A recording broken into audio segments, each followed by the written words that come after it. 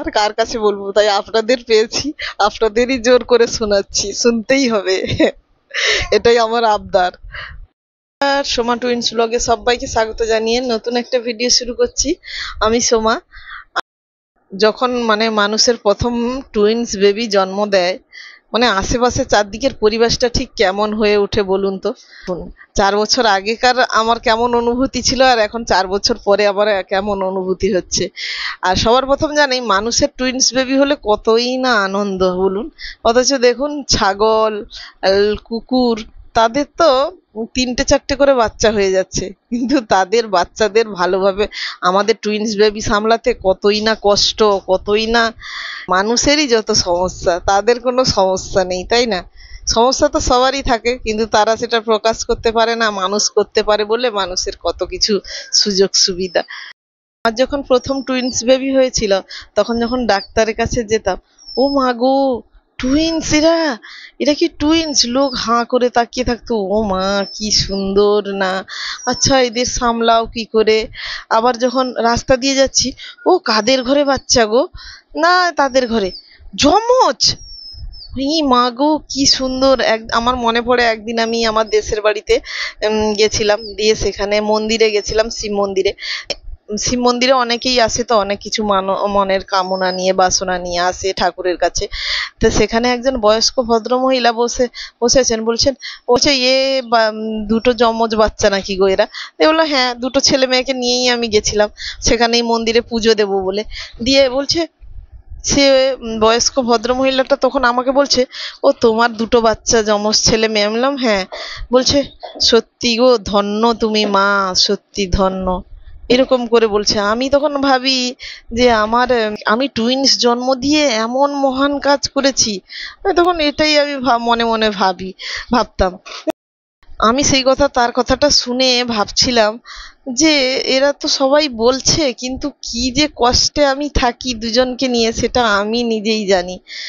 আমি না নিজে ঠিক করে খাওয়া দাওয়া করতে পেরেছি, না কোনো শরীরের যত্ন নিতে পারছি না। আমি বাথরুমে স্নানটা পর্যন্ত করতে যাব, বাথরুমে স্নান করতে করতে ভাবি যে আমার এই ছেলের বুঝি নাক ফাটবে, এই ছেলে মেয়ের বুঝি কোথাও চোট পাবে, ব্যথা পাবে, এইরকমই।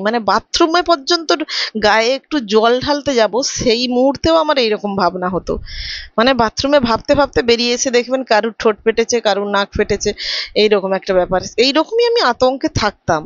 এখন বড় হতে 3.5 বছরের পর থেকে একটু একটু কম, তবে আমার ছোট ছেলেটা এখনো ডিসব্যালেন্স হয়ে যায়, মেয়ের থেকে ছেলেটা বেশি। সেই ভদ্রমহিলার কথাটা আমার এখনো মনে পড়ে।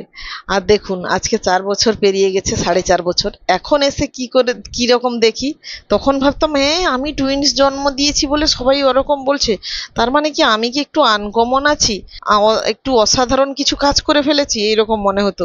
তারপরে এখন যেই বাচ্চারা স্কুলে ভর্তি হয়েছে, স্কুলে ওদের 30-35 জন মতন স্টুডেন্ট। কি হলো?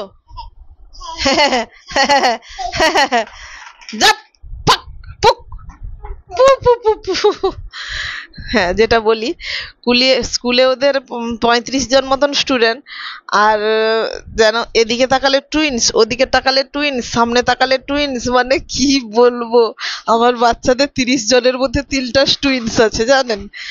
আর আমার যমজ ছেলে মেয়ে, আমার ননদের আগের বছর হয়েছে যমজ ছেলে মেয়ে। এটা দূরে জলের মতো হয়ে গেছে। এখন প্রতিটা ঘরে কোথাও না কোথাও টুইন্স একটা করে জন্ম হচ্ছে। তাই এখন সেটা বাবা বাবা কি গো, কি গো, হ্যাঁ কি গো বা, ও আমাকে বড় মা বলে না, বলে কি কি গো। আচ্ছা আমি একটু কথা বলে নিই, তারপরে তোমার সঙ্গে খেলছি। এই হচ্ছে ব্যাপার, যে এখন মনে হয় কি ও কি। হ্যাঁ, বাচ্চাদেরকে স্কুলে দিয়ে এসছি, এখনো কোনো কিছু কাজ হয়নি। আগেই একটু ভিডিওটা করে নিচ্ছি, ভিডিও করার মাঝখানে এই যে এনাকে সামলাতে হচ্ছে। আমার ভিডিও করার সময় নেই, কারণ এই না সময় হলে বাচ্চারা আবার স্কুল থেকে ফিরে এলে আমার আর সারাদিন হাতে আর কোনো সময় নেই। তো বলছি যে স্কুলে যখন যাই, এ বলে ওর স্টুডেন্ট, ওর যমজ ছেলে মেয়ে, তার যেমন আমি বলবো কি, আমি শুধু যমজ ছেলে মেয়ে, সবারই তো যমজ ছেলে মেয়ে আছে। একটা ছেলে একটা ঘরে, আমার ননদের দুজনেরই একটা ছেলে একটা মেয়ে। তাহলে আর কোনো আনকমন বলে থাকে? এখন তো যমজ ছেলে মেয়ে সর্বত্র, গাদা গাদা, তাই না? আজকের মতো ভিডিওটা এখানেই শেষ করলাম। সবাই ভালো থাকবেন, সুস্থ থাকবেন। আসলে ছোট্ট ছোট্ট মনের ভিতর থেকে কিছু কথা বেরিয়ে আসে, তো সেগুলো আর কার কাছে বলবো।